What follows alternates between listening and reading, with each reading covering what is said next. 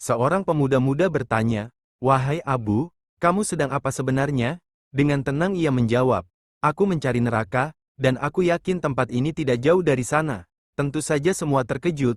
"Apa maksudmu? Neraka itu tempat orang jahat setelah mati, bukan di pasar," teriak seorang ibu.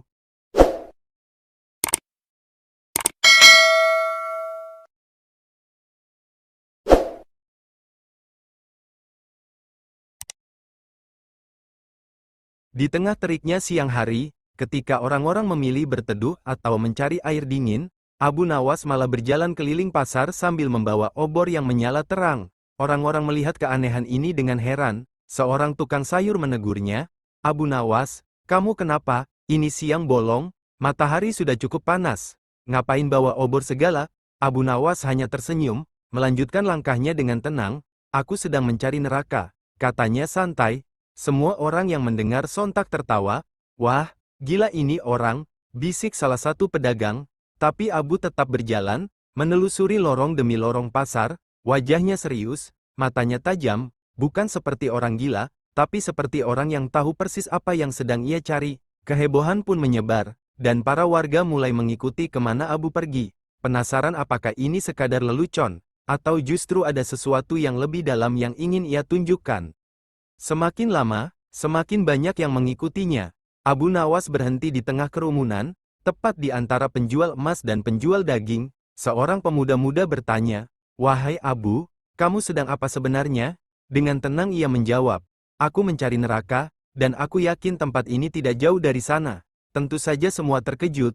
"Apa maksudmu? Neraka itu tempat orang jahat setelah mati, bukan di pasar," teriak seorang ibu. Abu Nawas mengangguk pelan. "Itulah yang selalu kita yakini. Tapi bagaimana kalau neraka bisa hidup di tengah kita, di tempat di mana penipuan dianggap cerdas, dan kejujuran ditertawakan?" Orang-orang mulai saling pandang. "Jangan-jangan Abu Nawas sedang menyindir kita?" bisik seseorang. Tapi tak satu pun berani menegur langsung.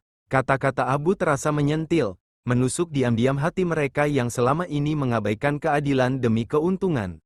Seorang anak kecil yang melihat Abu membawa obor mendekat dan bertanya polos, "Paman, kenapa bawa api?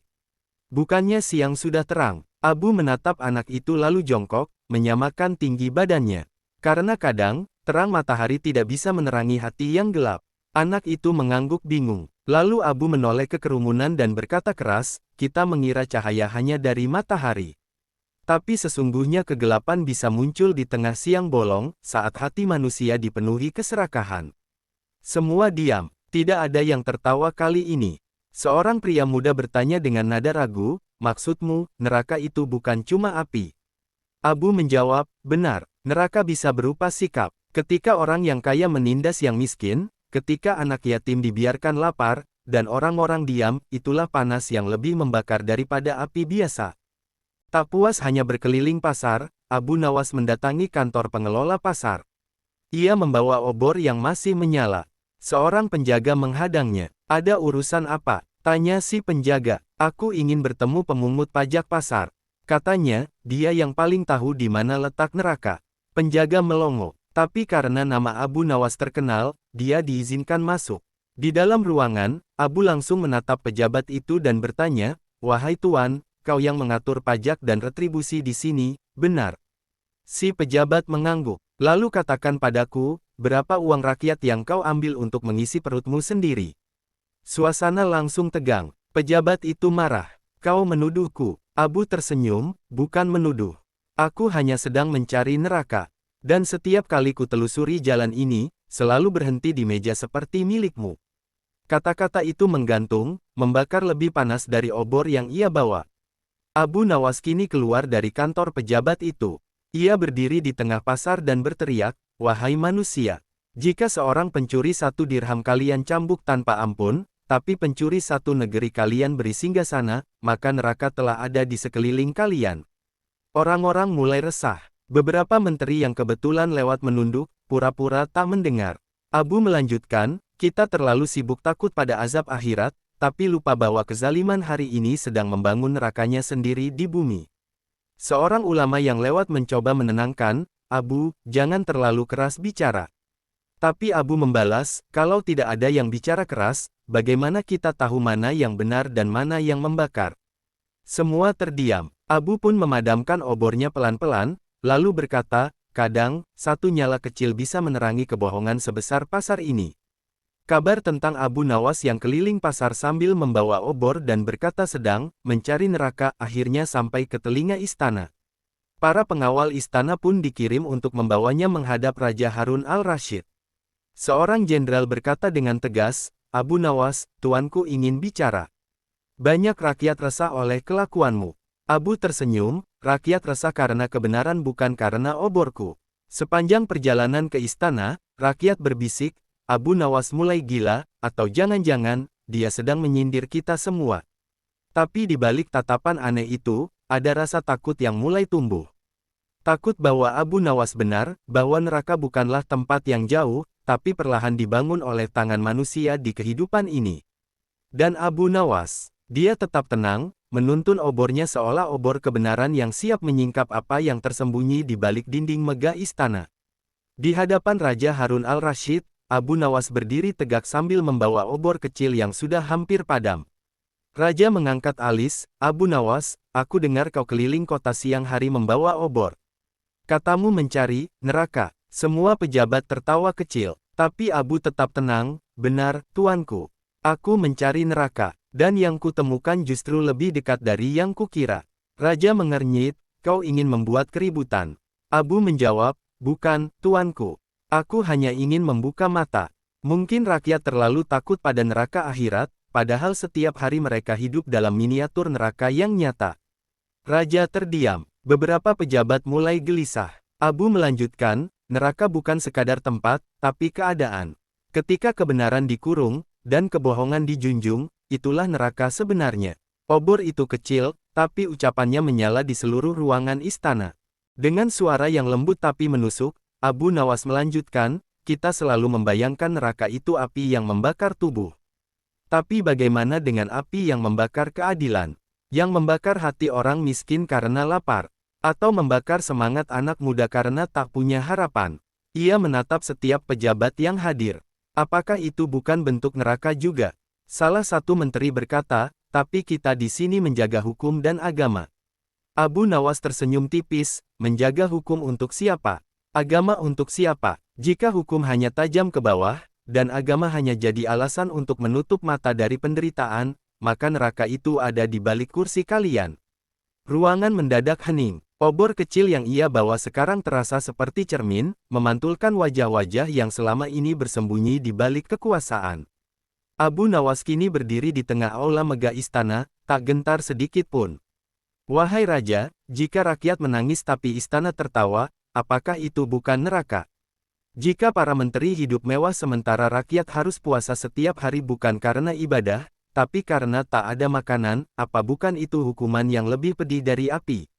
Beberapa pejabat mulai berbisik. Ada yang merasa tersinggung, ada yang merasa malu. Tapi Abu melanjutkan, aku tidak datang untuk menghina. Aku datang membawa api kecil, untuk menyinari kegelapan yang terlalu lama dibiarkan. Ia menatap sang raja langsung. Dan jika kau ingin menghukumku karena berkata jujur, maka hukumlah, tapi ingat, kadang orang yang membawa nyala kecil bisa membakar istana kebohongan yang megah. Raja pun terdiam, dan suasana istana berubah dari megah menjadi mencekam. Abu Nawas akhirnya menurunkan obornya, lalu menatap semua orang yang hadir. Aku tahu, ucapan-ucapanku menyakitkan. Tapi lebih baik kita sakit karena kebenaran, daripada nyaman dalam kebohongan. Karena dari kenyamanan itulah neraka tumbuh. Ia berbalik ke arah raja, tuanku, engkau pemimpin. Neraka atau surga rakyat tergantung padamu. Jika engkau adil, rakyat hidup dalam ketenangan. Jika engkau zalim, maka engkaulah penjaga pintu neraka di dunia. Kata-kata itu bergema, menyentuh hati yang paling keras sekalipun. Bahkan raja, yang biasanya tegas, kini hanya bisa menunduk. Abu melangkah keluar dari istana perlahan, meninggalkan obornya yang kini padam. Tapi semua orang tahu, yang menyala sebenarnya bukan obor itu, tapi kesadaran. Dan ketika kesadaran telah menyala, tak ada kebohongan yang bisa sembunyi terlalu lama. Setelah suasana istana menjadi hening karena kata-kata Abu Nawas, Raja Harun al-Rashid akhirnya angkat bicara. Tapi kali ini, suaranya tak segarang biasanya.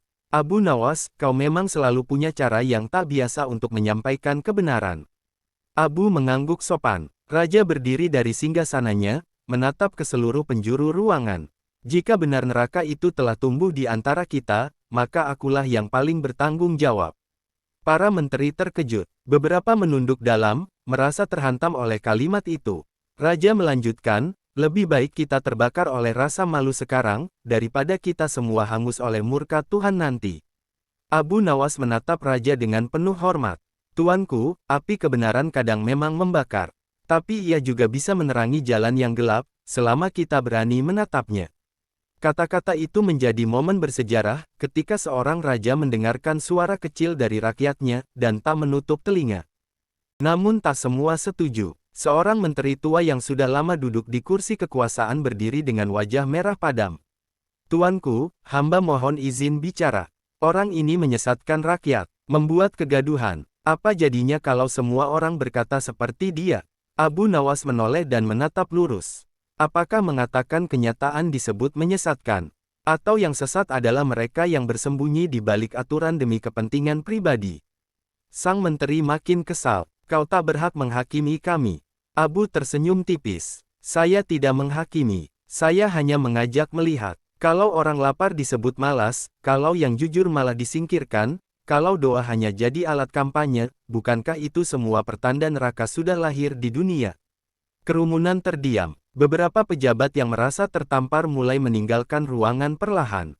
Mereka tahu, Abu Nawas tak sedang mengada-ada. Dalam perjalanan pulang dari istana, Abu Nawas melewati gang sempit di belakang pasar. Di sana, ia melihat beberapa anak kecil tidur beralas kardus, dengan perut kosong dan tubuh kurus. Salah satu anak bangun, menatap Abu dan berkata lirih, "Paman, apakah kau menemukan neraka yang kau cari?"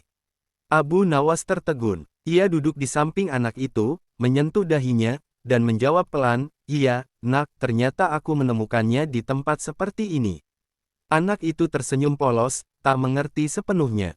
Tapi Abu tahu persis, bahwa neraka yang ia maksud bukan terbuat dari api, melainkan dari ketidakpedulian manusia. Bukan hanya di istana, nak, lanjut Abu, kadang neraka itu lahir dari diamnya orang-orang baik saat kejahatan terjadi di depan mata mereka. Abu merogoh kantongnya, memberi sisa uangnya, lalu duduk di samping anak-anak itu sambil menatap langit. Dalam hati, ia berdoa agar setidaknya satu malam ini, mereka bisa tidur tanpa rasa lapar. Esok harinya, cerita tentang Abu Nawas menyebar ke seluruh kota. Dari pasar hingga masjid, dari warung kopi hingga istana, semua membicarakan sosok gila yang mencari neraka di siang hari. Tapi tak sedikit pula yang mulai merenung. Apa mungkin, kita memang sudah hidup di tengah neraka dan tak menyadarinya? Tanya seorang pedagang pada temannya. Seorang ibu menangis ketika menyadari ia pernah menolak memberi makan anak yatim karena takut kekurangan. Seorang pemuda memutuskan mengembalikan uang sogokan yang sempat ia terima. Tak semua orang berubah, tapi obor Abu Nawas rupanya menyalakan api kecil di hati banyak orang. Api yang tak membakar, tapi menyinari. Abu Nawas sendiri tak pernah mengklaim kemenangan. Ia hanya tersenyum melihat perubahan kecil itu. Kadang, cukup satu obor kecil, untuk membuat satu negeri mulai berpikir, gumamnya lirih. Malam itu, Abu Nawas duduk di halaman rumahnya yang sederhana. Obor yang ia bawa sejak pagi kini tinggal arang. Ia meletakkannya di tanah, lalu berkata pelan pada dirinya sendiri, "Tuhan, jika Engkau menciptakan neraka untuk mengadili kejahatan, maka tolong, jangan biarkan manusia menciptakannya lebih dulu di bumi." Ia menatap langit malam yang penuh bintang. Suasana hening, tapi di dalam hatinya, ia tahu bahwa perjuangannya belum selesai. Obor itu mungkin sudah padam, tapi pesan yang dibawanya kini hidup di hati banyak orang. Abu Nawas menutup matanya sejenak, lalu tersenyum. Biarlah aku dikira gila, asalkan mereka akhirnya sadar. Dan malam itu, meski tak ada api menyala, Abu tahu bahwa terang telah lahir. Bukan dari obor di tangannya, tapi dari keberanian menyuarakan kebenaran, walau sendiri.